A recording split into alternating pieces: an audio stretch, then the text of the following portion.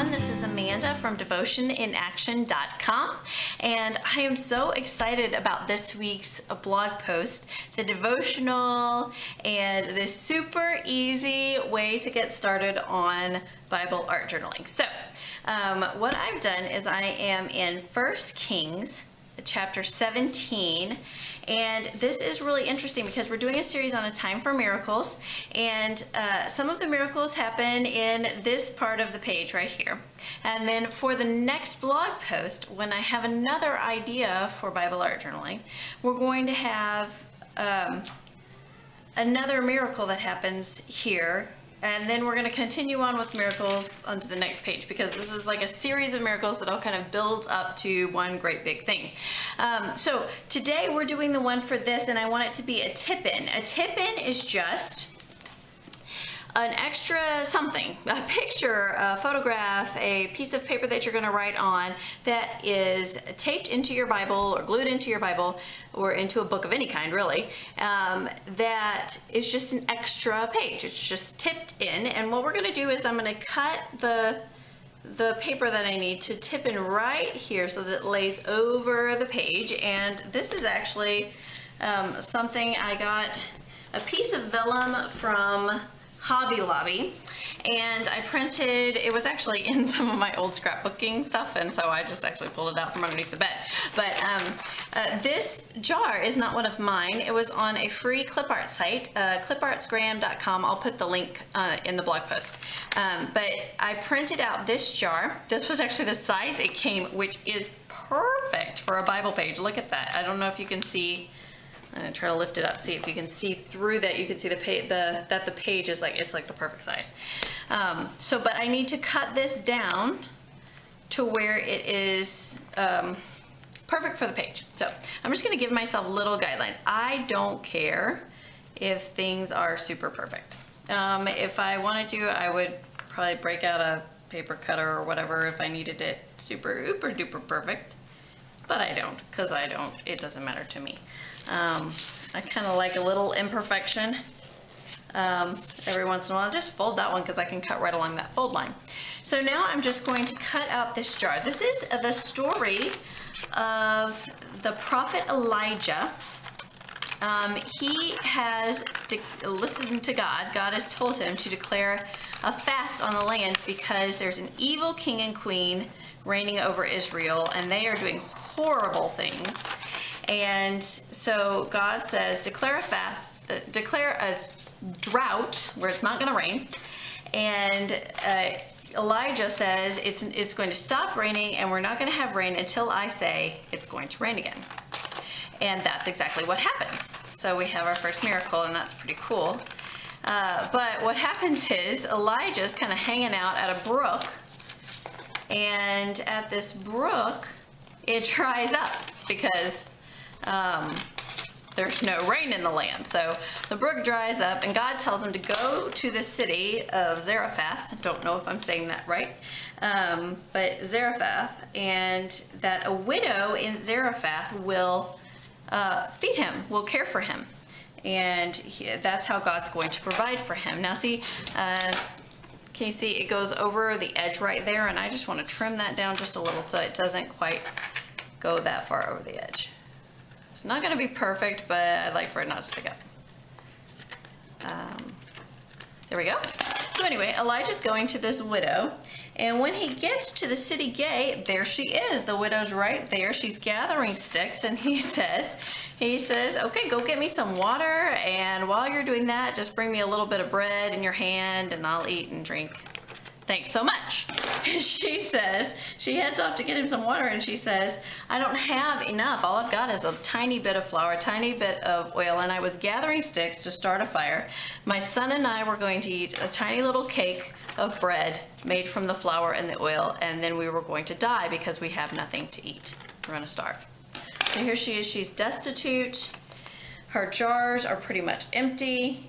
And the man of God is asking her to give him food and water and all these things. And he does not doubt what God has told him one bit, which is a miracle in and of itself to me. He says, go and do it anyway. And here's what's going to happen. God is going to do a miracle for you so that your jars will not run empty and until there's rain in the land. So you're going to have oil and flour, and those jars are just going to keep producing the oil and the flour, and it won't run out. You're not going to run out. And that's exactly what happens. And so I kind of like this thought of there are always times in our lives where we may have an empty jar. It may be that our empty jar is financial, where we need food, we need to buy groceries, we need to pay bills, that kind of thing, and we don't see where the money's going to come from to fill the jar. But sometimes, this is just washi tape, so I've got this kind of lined up on there the way that I want it. See how it's down in the crack, tipped into the crack of the Bible. Okay, so I'm going to take it this way, and I'm going to put washi tape along that edge right there. And this is like uber easy Bible journaling because I got the image from somewhere else, didn't even have to draw it, and printed it onto this vellum. And I'm just going to pull that back a little bit and kind of, this is always the trickiest part of putting a tip in, is that you want to get it way down in the spine of the Bible. And get it way down in there.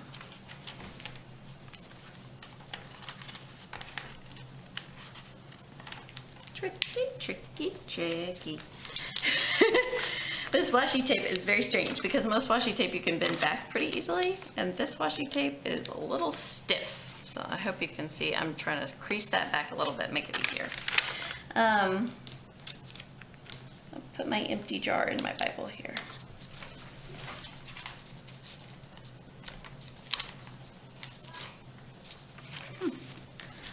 Well, see? Here I jinxed myself. I said this was going to be super simple, and I'm having trouble with it now, right? Okay, now I'm going to push that tape down in there. Trying to get it down as far as I can.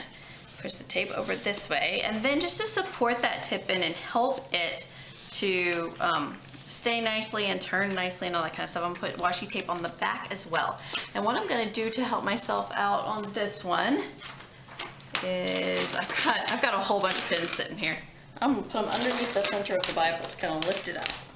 Maybe that did not work.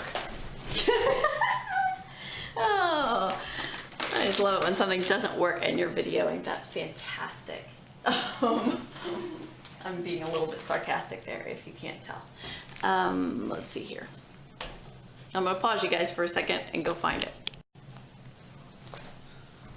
Okay, so now we're back, and what I've done is I have a whole bunch of like little scrapbooks, little photo albums, and I've stacked them up underneath the Bible, see, like that. And just putting on that, it's just opening the spine up a little bit more so that I can get the tape down in there a little bit easier than I got it the first time. I'm not going to be super picky about if that goes the entire way or not. Just washi tape it in there and push it down, okay?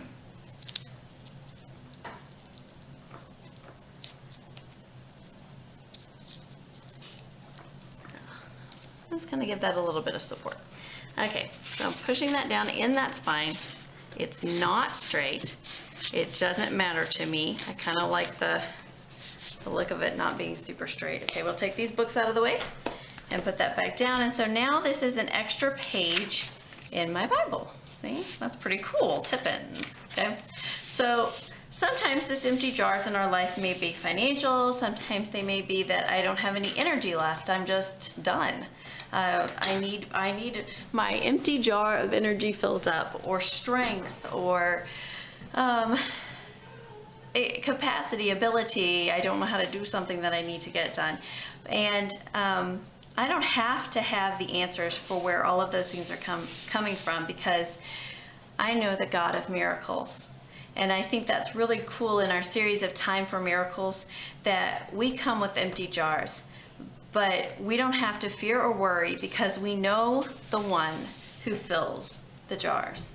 we know the one who fills empty jars. And so on this little tag right here, and this is one of the reasons that instead of just drawing a mason jar, which are not actually too difficult to draw, they're cute and they're trendy, and so little doodles of them and how to draw mason jars are all over the internet. So if you want to draw your own, feel free, go right ahead. But I liked this one that had the little tag on it.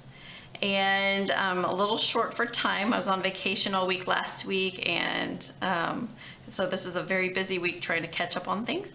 And so this had this little tag, and I wanted to put on here, do not fear, which is the thing Elijah tells the widow. He said, and I'm using this is a Pigma pen. It's a brush pen, and this one happens to be like a dark brown color. And I haven't written a lot in brush pens, actually. This is my first page where I think I've used them. But you can get like thick and thin lines with this, and I'm not doing it first in pencil, which always like freaks me out a little bit because I tend to be I tend to like to plan ahead. Write it in pencil first and then go over in pen. But I'm liking how this is reacting to this. It's kind of a shimmery vellum that I had under the bed that I pulled out. And I'm getting like darker and lighter tones in that brown Pigma pen. You can see it on the back. It looks almost matte, but on here it looks almost shiny with some darker and some lighter, which is really cool. On about 2 little lines, this is like, do not fear with the quotes, and this is like, who is saying that, okay? So instead of just writing God, I'm going to put the one who fills empty jars. Okay. So now we have, do not fear the one who fills empty jars. And so that is very, like, I don't know, super simple. And I'm going to leave it like that because I've got a plan for underneath it. I like this vellum you can see through, because what I'm going to draw on this page, you're going to be able to see through the jar. So that is, you'll have to look forward to that. That's hopefully next week. I'm trying to get everything done this week. So, so do not fear the one who fills empty jars.